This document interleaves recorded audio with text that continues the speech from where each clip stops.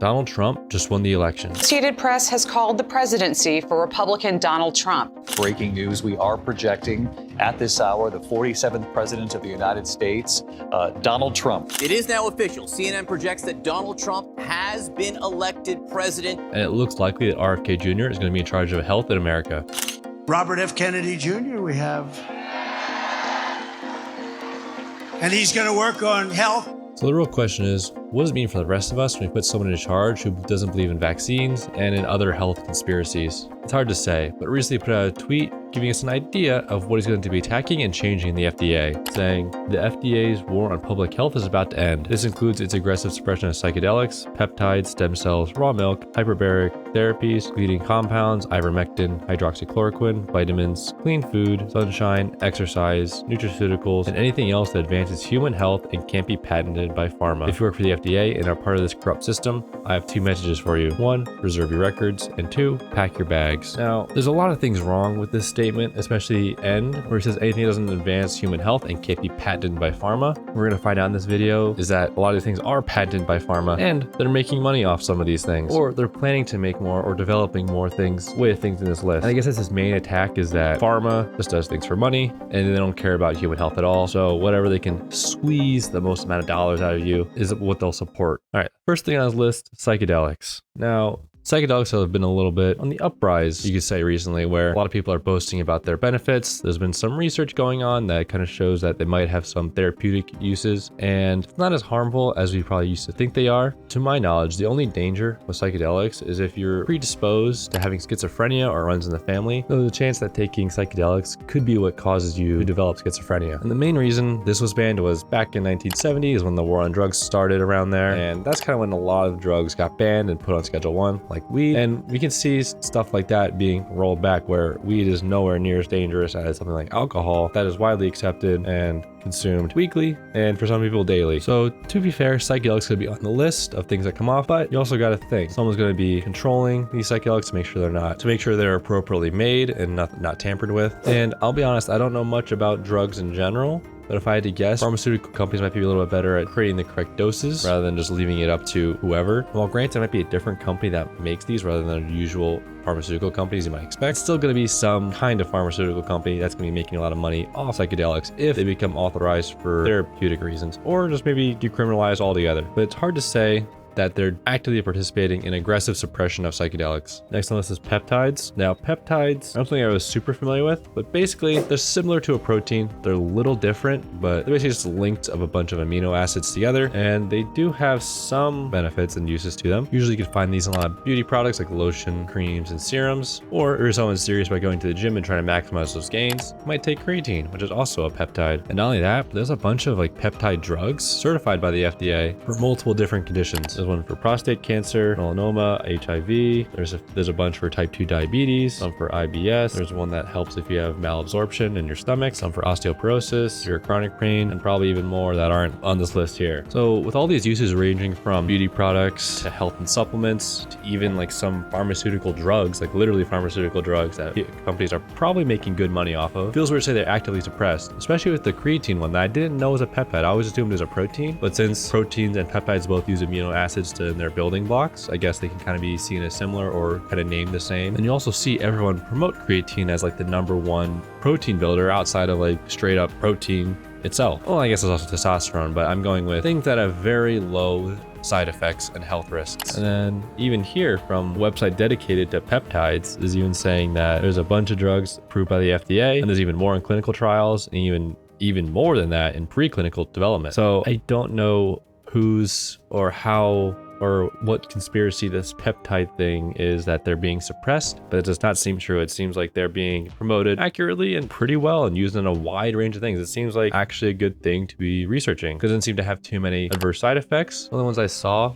that had side effects is if you were taking the ones for more serious issues or chronic issues where they might pop up, but they're still very rare. All right, the next one is stem cells, and this is a very complicated topic. There's a lot of conspiracies around Democrats, and I think Hillary Clinton specifically, that their abortion aborting babies who get the stem cells, or embryonic stem cells specifically, from them and live forever, which doesn't really make sense or is a very crazy thing that requires you to believe in a lot of things at once. But we're just gonna ignore some of the conspiracies, I guess, and just kind of go over what they are. And for the most part, stem cells seem to be pretty good. They're still being researched and we're still finding ways to utilize them effectively. Now, the reason stem cells are so important is because they're able to make more of themselves. Normally, after a certain point in someone's life, their cells kind of stop replicating and they're more likely to be damaged. Stem cells are able to kind of duplicate themselves, and if used in a medical sense, they can repair whatever site or area of the body they're trying to improve, recover, or help. Another useful thing that stem cells allow us to do is to study the effectiveness of new drugs, or they can help us learn how disease occurs. Now, we can get stem cells from embryos that are 3 to 5 days old usually, and then getting these is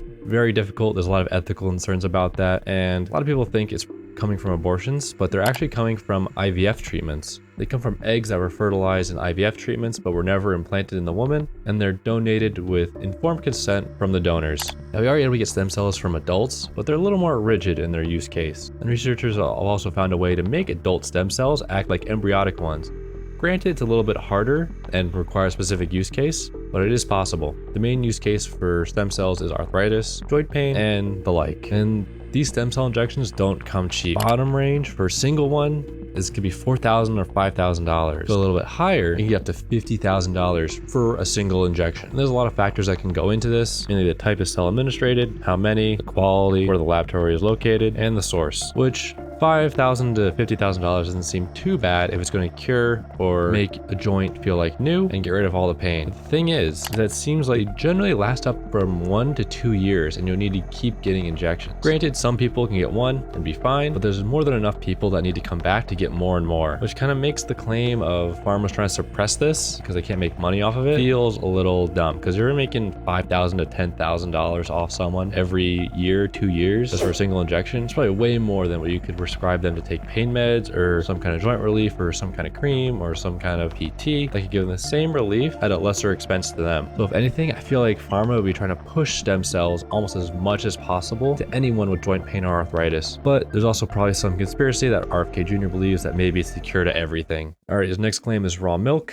and this one has merit, sort of, because milk is just good for you in general, but there's no reason to never pasteurize it because you kill all the bad bacteria, and all the reasons you would drink milk still exist and are still in milk itself. And well, one, pharmaceutical companies can't really patent raw milk, but if there's a company that wanted to, well, they could just package and sell raw milk as like their brand. There's nothing stopping them, and they could just flaunt like all the health benefits that raw milk has over normal pasteurized milk that we all drink. There's probably a couple main claims between pasteurized and raw milk. The one being that pasteurized milk has less nutrients, which just isn't really that true. I might see a little bit of drop off in some vitamins like B1, 6, 9, 12, and C, but there's already very low levels in milk, and the losses were also insignificant. You can easily make up for these losses in vitamins through your diet. And that's the other thing. Even if there's a little bit of a drop off in nutrition or vitamins from raw milk to pasteurized milk, that doesn't mean you can't get those nutrients or that makes pasteurized milk just straight up bad, because your diet is an all-encompassing thing. One food should not be the reason your diet is great. It should be the combination and the habit you have with your diet that makes it great. And there's a few more vitamins that are minimally decreased during pasteurization. And the main health benefits you probably would drink milk for is the calcium and phosphorus, which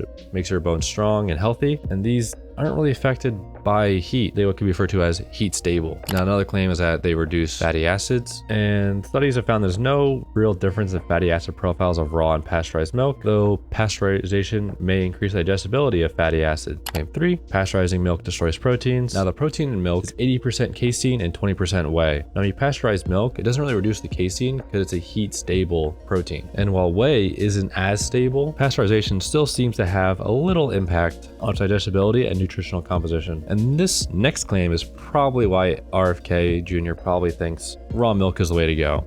That's raw milk protects against allergies and asthma. And this probably has to do with more of an association study that was done that did find a study of 983 infants in Europe found that raw milk reduced the risk of respiratory infections and fever by 30%. And it might have more to do with the fact that they're able to get raw milk, and around that environment, because there's another study that found that increased exposure to microbes with farming environments have also been associated with a reduced risk of asthma and allergies, which may account for some of these results. And the fifth claim is probably another big one, is why RFK Jr. thinks it's good, is that it helps people that are lactose intolerant. But lactose is a sugar in milk, and raw and pasteurized milk both contain lactose in similar amounts. Now, theoretically, raw milk has a bacteria that produces lactase, which should help improve digestion of raw milk for people that are lactose intolerant. But there's a blind study done with lactose intolerant people drinking raw milk, pasteurized milk, and soy milk for 8 days, and they found no difference in digestive symptoms between raw and pasteurized milk. And then the last one, milk contains more antimicrobials. Now the thing is that microbials kind of get reduced whenever you refrigerate it. So whether it's raw or pasteurized, you'll see a reduction. And pasteurized milk sees a reduction in just one of the antimicrobials, but all the other ones remain unchanged. But yeah, just like I said before, if this really did have all the health benefits that these claims are trying to tout they do over pasteurized milk without any of the dangers that raw milk has, because when you drink something that hasn't been cleaned from any bacteria that could be harmful, you're at risk of getting a foodborne disease. But if those didn't exist, some company would pick it up and be making tons and tons of money off of it, because people would just find that healthier and it's better for them. And if you just market it properly, it can make lots of money. So yeah, I don't think anyone's trying to suppress it because they can't make money and patent raw milk. Now, hyperbaric treatments are an interesting one. So basically what hyperbaric treatment is they kind of put you in a little chamber or a pod-like thing, and they increase the amount of air pressure to be about 2 to 3 times the normal atmospheric pressure. And what this will do is allow your lungs to get more oxygen, allowing it to kind of repair and recover certain things easier. Usually it's done when you have great damage to your skin, great damage to a limb, or something severe of that nature, where you're about to lose like your life, a limb, or you have severe damage that needs to be repaired some way. And it seemed like there wasn't really much to it, but then when you dig deeper, there are some people that try and promote it as a way to improve mental health, curb autism spectrum disorder, and a bunch of other things of that nature. When you look into it, most of the studies that kind of promote that kind of link back to the same place, which is kind of a research center and clinic out in Tel Aviv. I try to find articles talking about how it helps autism or helps improve mental cognition. There was just one article that kind of promoted a book, and it talked about a study, and then when you click on the link that says the pilot study, it doesn't bring you to the right place. It just brings you to a Johns Hopkins website, and that talks about hyperbaric oxygen therapy and what it's used for. And it's all the things I said before. Oh yeah, and as well as like carbon monoxide poisoning, cyanide poisoning, any severe bodily damage. Okay, it's all normal, but it doesn't, nowhere in this Johns Hopkins page does it ever mention autism at all. I'm like, oh, that's weird. And then I'm like, okay, let me try and find the study in the article that's talking about this pilot study. And it was very hard to find, but I was able to find a few studies that this specific place has done specifically on PTSD with veterans and mental cognition. And it seems like there's some merit maybe to them, but it makes me a little skeptical whenever I see this is the only place that is doing these studies, saying these studies work, and they're also a place that promotes their hyperbaric treatments in their own clinics. It gives me a little bit of a conflict of interest there, where they want to say it works because that's what they do at their clinic. That's like their main selling point, or one of their main selling points at least. So maybe it does work for some of these mental health issues and PTSD, mental cognition, ASD, but we would need more studies that come from places that don't have as much of a conflict of interest with the study coming out true or false. Now, the next one on the post was chelating compounds, and this one's a little complicated as well. Mainly what they do is they attach to metals in your body, and they're able to kind of remove them.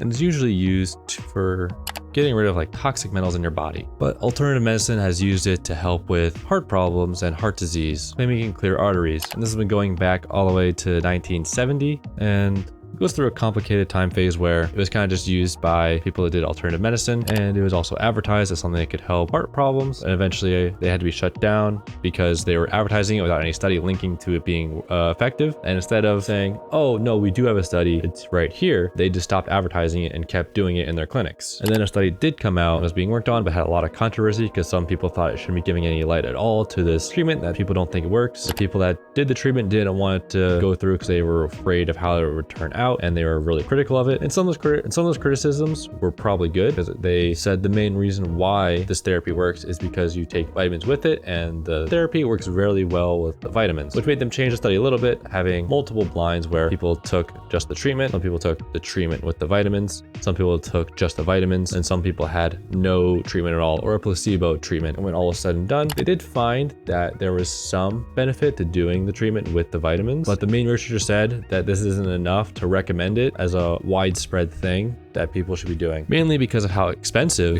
it could be and how long the process is for the treatment. Then we get to hydroxychloroquine and ivermectin. Now this is just COVID conspiracy. I mean, there's a lot I could probably go in and research on this, but ivermectin and hydroxychloroquine are pharmaceutical drugs. Pharmacies do make money off them. Big pharma makes money off them. Feels weird to say they're being suppressed because it wasn't being used for a COVID treatment, but if it could be, you would imagine that all the companies that made ivermectin and hydroxychloroquine would just repackage it, remarket it as the COVID cure ivermectin or hydroxychloroquine, maybe mark it up a little bit in its price and just be able to print money off that. And I was going to say that vaccines are probably a little bit cheaper than ivermectin and hydroxychloroquine. One, because they reduce infection, meaning less people are probably going to be getting sick like year over year. And two, you only really have to take it once. I'm not even sure if people know how often you have to take ivermectin or hydroxychloroquine while sick with COVID or with a theorized this. No, you don't even it doesn't help. No research has shown that it helps. But yeah, this is just another crazy one. Now when we get towards the end of the list, it gets really dumb. Like we have vitamins. Like people are making money off vitamins. Like vitamin industry is a big industry. For 2022, it was estimated to be a $48 billion industry, which is a lot of money, and it's growing. It's getting bigger. No one's trying to suppress this. If it was being suppressed, it wouldn't be growing. It would be shrinking or stagnating. And these next three are probably also just as weird: clean food, sunshine, and exercise. Because the first problem is you really can't patent sunshine and exercise. I mean, I sell exercise as a personal trainer. I mean, I guess I can't really patent it. I can't really force someone to not run because I have a patent on running, and sunshine just exists. Like I can't imagine you go to the FDA page. Let me just look that up. Physical activity supports physical and mental well-being and is one of the most important things you can do for your health. Off the FDA website, like they're not suppressing exercise. And clean foods, like I'm not sure what clean foods means. That feels a little vague to me. I'm gonna assume he means like whole foods or non-GMO food. And yeah, I kind of agree with that, but it's not like, I don't think the FDA would say like, oh, you shouldn't be eating whole or unprocessed food. The FDA's job is not to deny anything that's not healthy. It's just to deny anything that could cause serious health complications in that moment. There's probably some more guidelines they have to go through, but if you like a sugary Oreo or any other sugary cookie is not good for you, but it's not poison, it's not going to kill you, and having one is fine. So the FDA is never going to deny or not pass that. Same thing with probably like a lot of fried food or a lot of like super processed like food, where these things are probably not good for you, but the FDA doesn't see a reason as to why you shouldn't be eating it, other than if you just have it a lot for long periods of time, it's probably going to have bad health outcomes. And the last thing on this list is nutraceuticals, which, just like the vitamins, is a super even bigger industry. And if we take a look, we can see that's also almost a $400 billion industry in 2022. It's expected to grow to $420 billion in 23. And while the list on this website or this report says that it also includes energy drinks and sports drinks, functional juices, others, which you might think is like a big chunk of that. But if you look at the largest segment, it's actually dietary supplements, and it's also the fastest growing section is dietary supplements. So these things like are making lots of money. I don't think the FDA is suppressing them, because if they were, they wouldn't be this big of an industry. They wouldn't be a growing industry. They would be dying or going down. And maybe his reason would be because like, oh, people are waking up and realizing these things are good. But honestly, whenever it comes to anything like this, a lot of times it's just good marketing. The FDA just kind of approves things that don't harm the public and denies things that might. So the main problem with a lot of things on this list is that people are making money off these things. Some being pharmaceutical companies, some not. It's only things you really can't even patent, I guess, or are just weird to say you could. But yeah, I just had to make a video on this. It was the fact that like someone like this could be in charge of the health of Americans kind of worries me, because he doesn't know anything about anything that he's talking about. He just believes in conspiracies, has never done research on any of this, never read articles about this. Like I spent like a day researching all this stuff and I found out like about all of this. The only thing is that I'm probably gonna get my comments flooded with conspiracy theories about this and that I didn't cover, or this I don't know about, or that I don't know about. And maybe I'll look into those too and see what other BS pops up while I'm looking through that. All right, that's all I got for you guys today. See you in the next one.